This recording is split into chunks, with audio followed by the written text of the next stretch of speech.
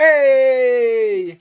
Yo, what's good everyone? Welcome back to ACS Sneakers. My name is Aidan. On today's video, we are going to be taking a look at the Air Jordan 1 Zoom in the London Grey colourway.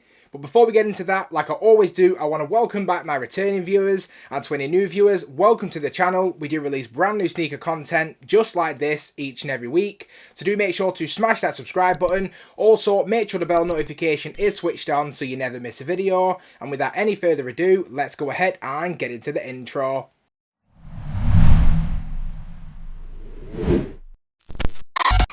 Now, just like we always do on this channel, before we jump into the review of the shoe itself, let's just take a quick look at the box. If you've been around my channel for any length of time, you'll know that I'm always interested in interesting looking shoe boxes, and this is a really nice twist on the usual Air Jordan 1 box. Now, if you've never seen a normal Air Jordan 1 box, normally it would be all black with the red Nike branding. However, this is massively different, so we have this really nice brown or tan colour with the black Nike branding.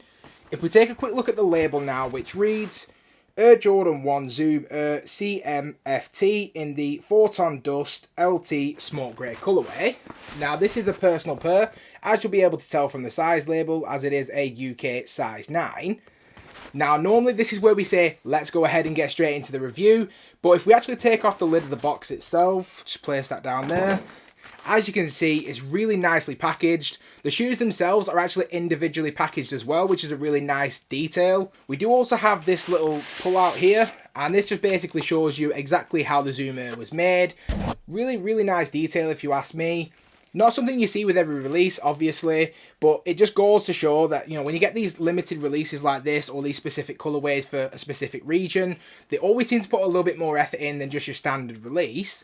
So you've not really come to see this or the tissue paper or the box, so let's go ahead and get straight into my review. So getting straight into the shoe now, starting from the toes up.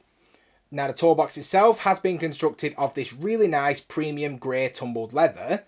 I'm going to be completely honest, the quality of the material on the toe box absolutely blew me away the first time I saw it. I genuinely fell in love with the shoe based on the materials that they've used. I really wasn't feeling the colourway too much, I'll be completely honest. And when I actually went for this shoe on Saturday, I kind of went for this as a runner-up prize to the Torpe's Haze 4s. I really wasn't feeling it too much. I just thought it'd be a nice review for the channel. But as soon as I actually started to feel the materials on this shoe, I just got super excited.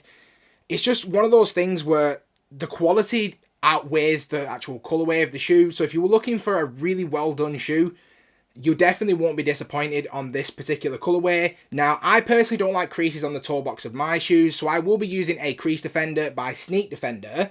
But the fact that it does feature tumbled leather, it should hopefully just wear a little bit better than your standard Jordan 1.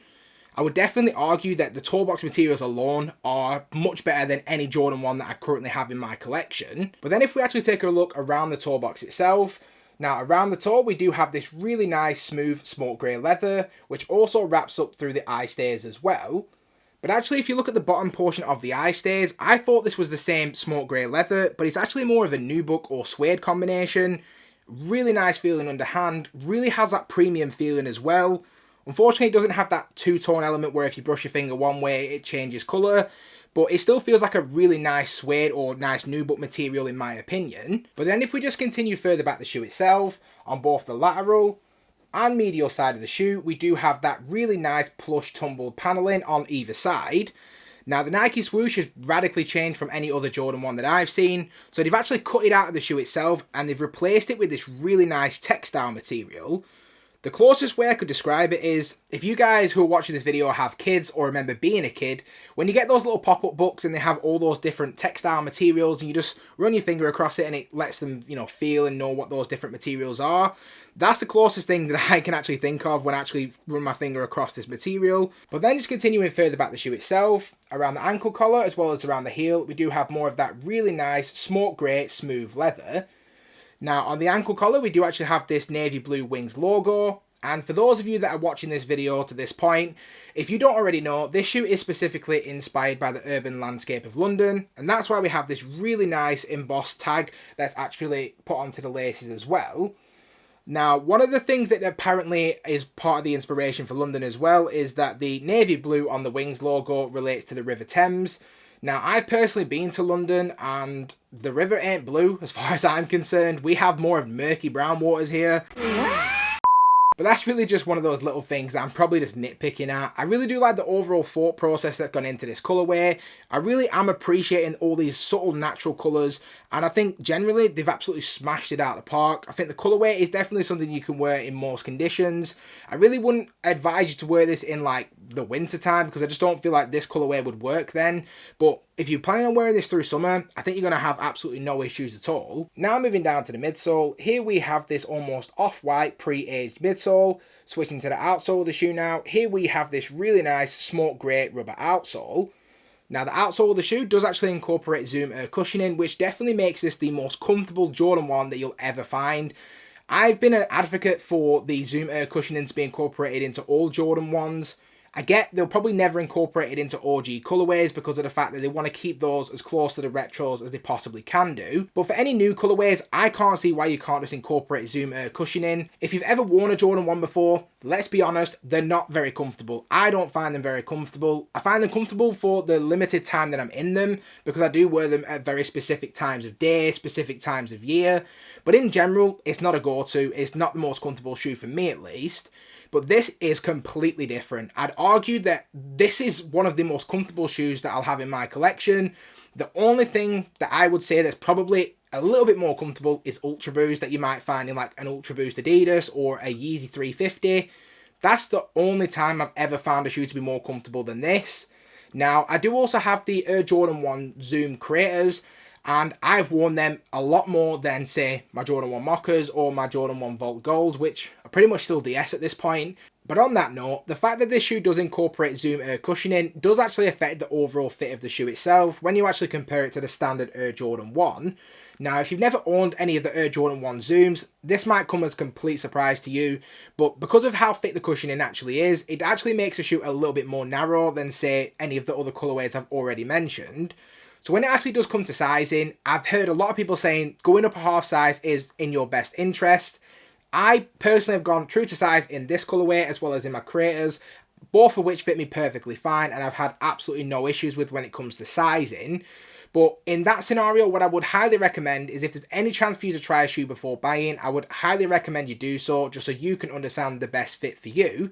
But I completely understand that this shoe is completely sold out, and if you are watching this video now, it's probably a case that you're having to purchase the shoe on the aftermarket, so it's very unlikely that anybody's just going to let you try the shoe before you actually invest in it.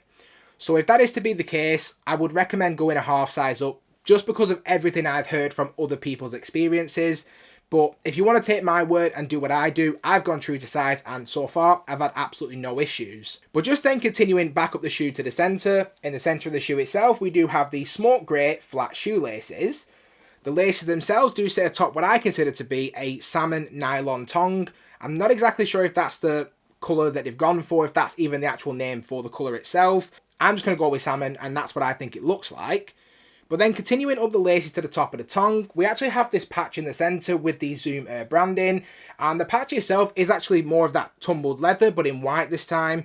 Once again, it's a really nice premium feeling for the shoe, something you don't necessarily see with all Jordan 1 releases. Something I actually forgot to mention, when we actually look at the actual eye stays of the shoe, when you actually reach the very top, there is actually a really small zoom tag just underneath the actual top eyelets. But then the actual top of the tongue itself, we actually do see more of that exposed form, like we've started to see with quite a lot of Jordan 1 releases, and quite a lot of just Nike releases in general. Personally, I do like how it looks aesthetically, but it's not very functional in my opinion, because if this gets wet, I'm not exactly sure how it's going to hold up, or even how durable it's actually going to be. But like what we just saw with the actual tongue of the shoe, around the actual ankle collar, we do have more of that exposed form once again. If we then go inside the shoe, we do actually have some of these small ankle pillows, like what we saw with the Air Jordan 35. They're definitely not as thick as what we saw on the Jordan 35, but they are a really nice touch and actually add to the overall comfort of the shoe. Now, normally I would actually throw up a quick shot of the actual insole itself so you can see exactly what it looks like. Unfortunately, it's really well glued down. I don't want to pull it out just in case it rips.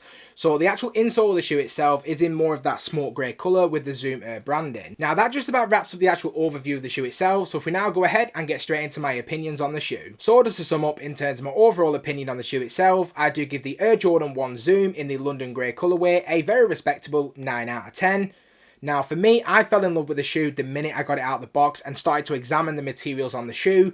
You know, the fact that we review shoes on this channel means that I definitely look into them in a lot more detail than just a standard person, in my opinion. And honestly, the materials are incredible. I'm just genuinely surprised by how good the shoe actually is, just in terms of the materials itself.